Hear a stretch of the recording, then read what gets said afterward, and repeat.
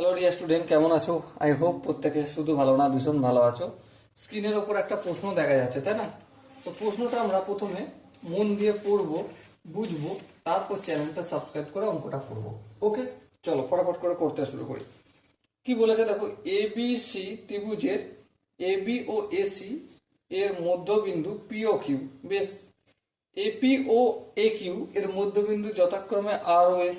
বেশ, বিসি বাহু 20 সেন্টিমিটার, আর এস তাহলে কত সেন্টিমিটার? চলো প্রথমে আমরা একটা কাজ করি, প্রথমে একটা ত্রিভুজ অঙ্কন করে নিই। এই এখানে বড় করে ত্রিভুজ অঙ্কন করে নিলাম। এই A B C. A B এর মধ্যবিন্দু কি?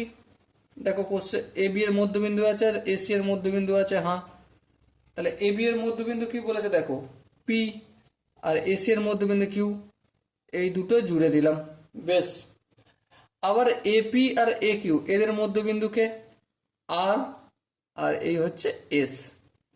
ওকে, জুড়ে দিলাম। এবারে কি বলেছে, বিসি হচ্ছে 20 সেন্টিমিটার।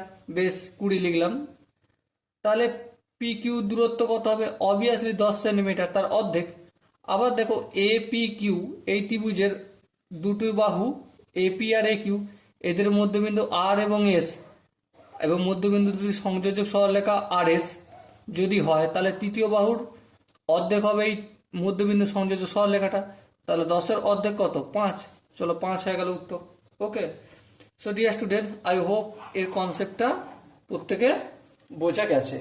আর বেটার আন্ডারস্ট্যান্ডিং এর জন্য অবশ্যই ভেদক ও মধ্যবিন্দু সংক্রান্ত উপপাদ্যের কি করতে হবে, যে থিওরি পার্টটা রয়েছে সেই থিওরি পার্টটা অবশ্যই ভালো করে বুঝে দেখার দরকার আছে। ওকে, সো ডিয়ার স্টুডেন্ট, দেখা হচ্ছে পরবর্তী সেশনে। ততক্ষণ পর্যন্ত ভালো থেকো, সুস্থ থেকো এবং জয় হিন্দ।